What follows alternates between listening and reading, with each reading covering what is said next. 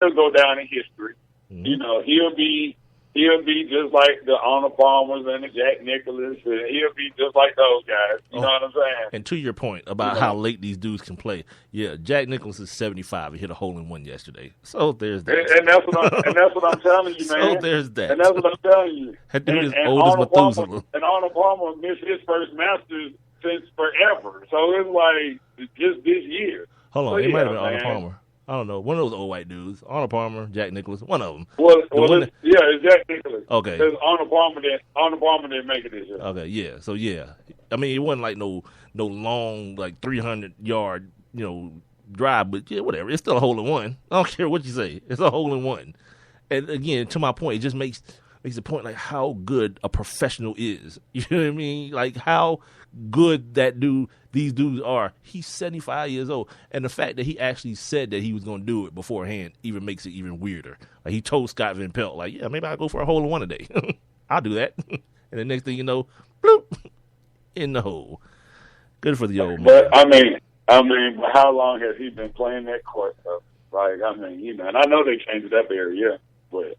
Oh, and by the way, glad you mentioned that. That's the other thing that started happening. Like, when Tiger started doing that stuff he was doing, yeah, they started doing what's called Tiger-proofing courses. That's why when you talked about earlier, these dudes getting bigger, faster, and stronger, they had to. Because Tiger was, like, knocking the hell out the ball, like 330 yards every time out the box. And dudes was like, we can't hit it that far. Like, only a few select dudes could hit it that far.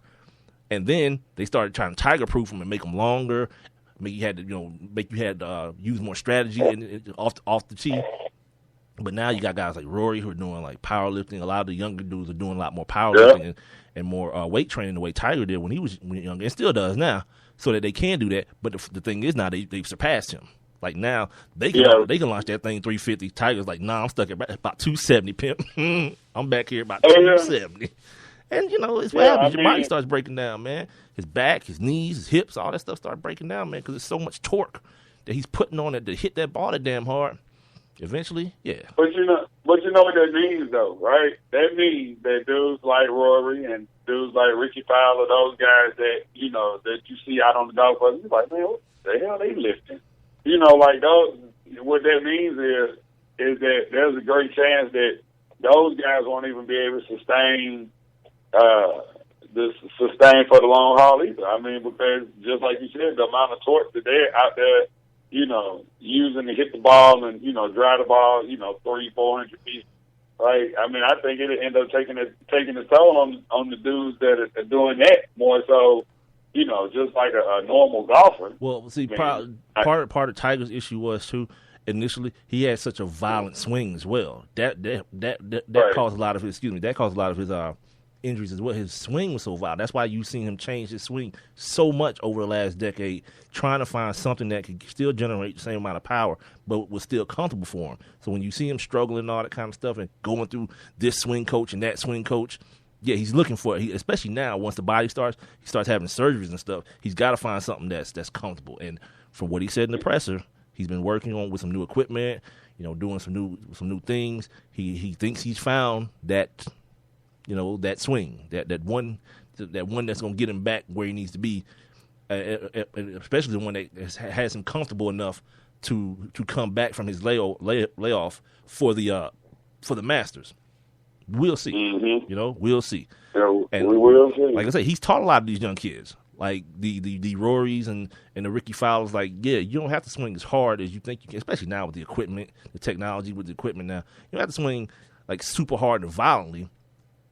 Just, make sure your body's in shape and make good contact with the equipment that you have, because all these dudes have the equipment tailor-made for specifically them. Right. Well, but that was and I think that was one of the problems. I think it was last year.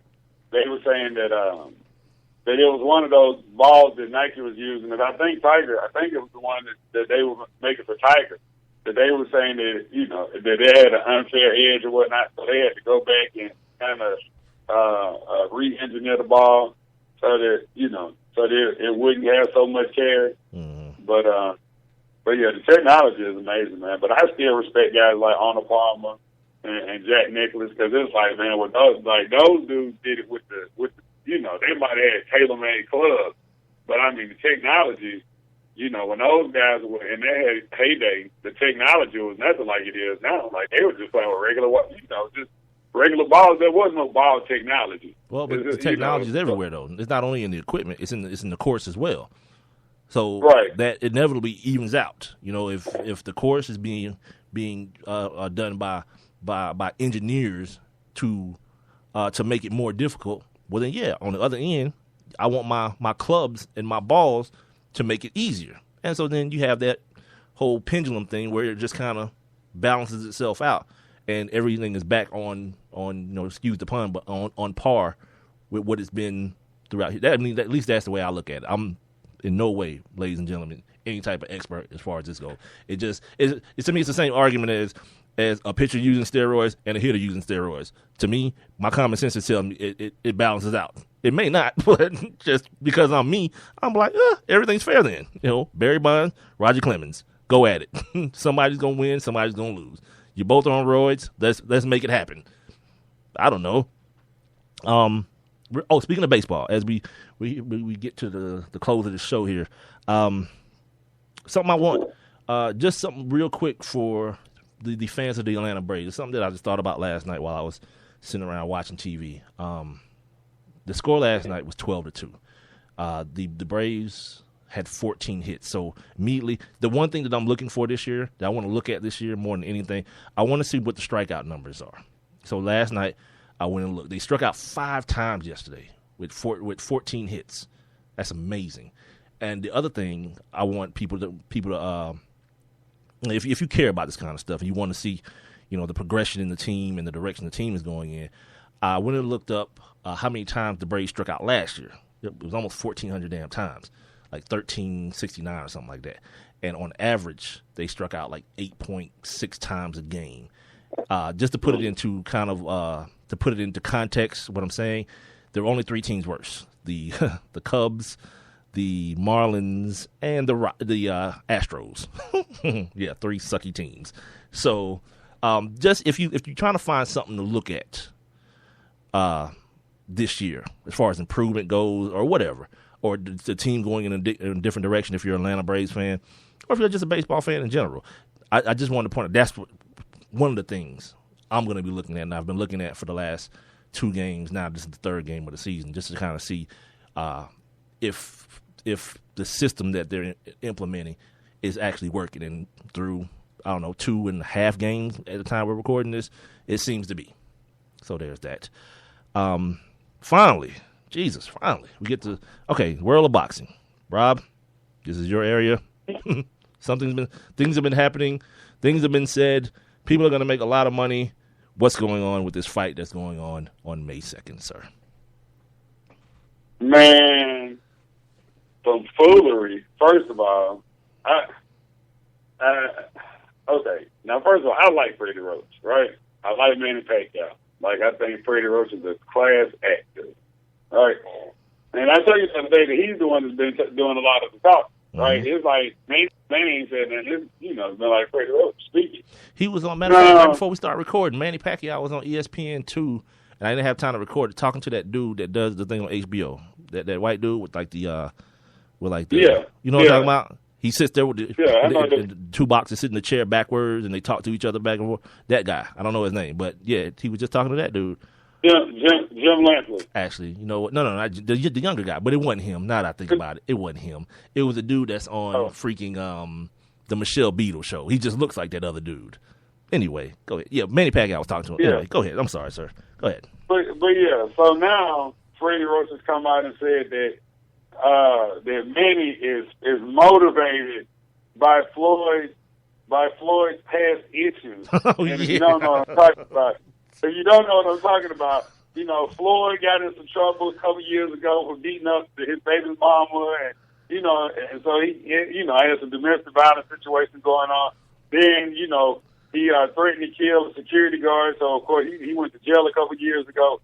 So all of these things, per Freddie Roach, is fueling Manny Pacquiao. So it's like good versus evil.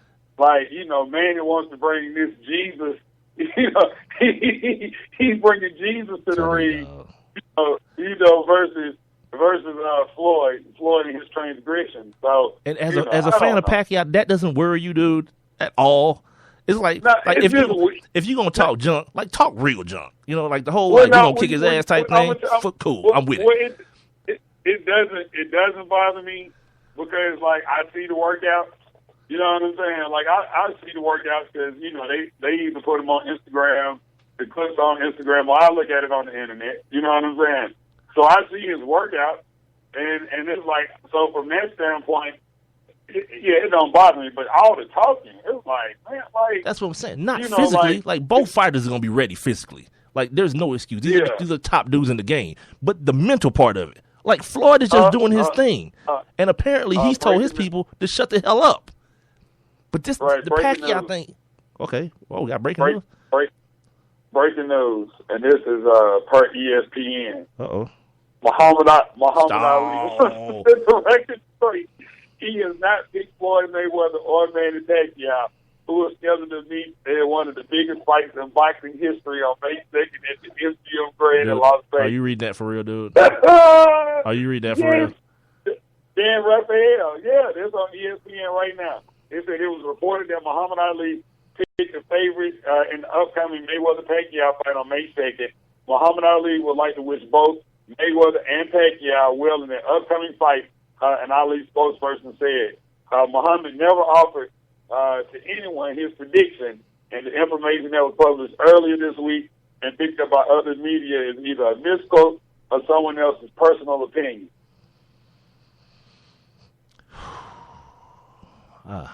So Muhammad keeps speaking. They need to leave that dude alone, man. They need to leave that dude alone, man. That ain't cool, man. That ain't cool, man. They need to leave that dude alone. Oh, God. And I'm usually not even this dude, man. It's like, but just stop. Oh, he tweeted too. It said, looking forward to Floyd Mayweather versus Manny Pacquiao, and wishing both the best of luck. Rumble, young men, rumble. # Ali tweet. There he is. I need to stop, the man. GOAT.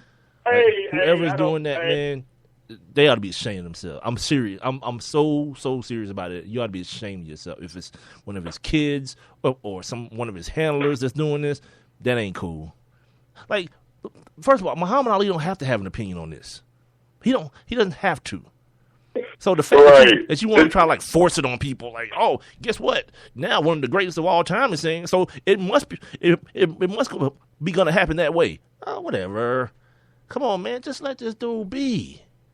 These folks want to keep rolling this dude out in front of folks and talking about him taking selfies and tweeting and all this kind of foolishness, man. Come on, man.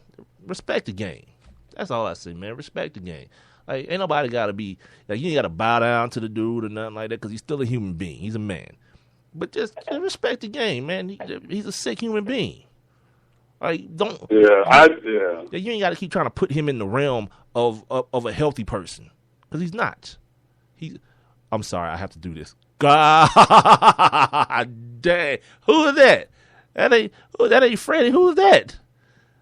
Somebody just went extra deep. That's AJ Brzezinski. That's the catcher. My God. Yeah, that's the catcher. Like, dude, if it's anything I love about baseball, I love to see when dudes just jack one, like a monster, just rack one, dude, and he got every last bit of that. Speaking of people racking things, did you see my boy yesterday, Puig? Y'all see a Puig? No, I didn't see it. Did I tweet that? Yeah. I may have tweeted that too. Dude, this dude is so amazingly talented, it's not even funny. Like, you try to run on him, good luck.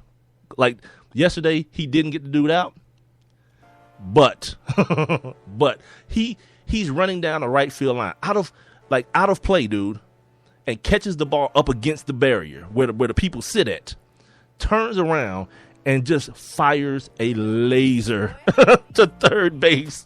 And the dude is safe by like an inch. What? Who does that? Yeah, that dude, I can't wait till the rest of his Cuban buddies get over here and just change the whole game. Like, it just becomes one big Cuban league of Hispanic, just over-exuded, just cocky, arrogant human beings. And watch the white fans go crazy. Anyway, that's going to do it for us, everybody. Sports Kings Podcast. I'm Big Mike. He is Rob Calloway. We'll be back tomorrow. We'll try to do it again. Make sure you guys check us out, Spreaker.com, and on Twitter, Instagram, and Facebook at Sports Kings Live. And send us your email, sportskingslive@gmail.com.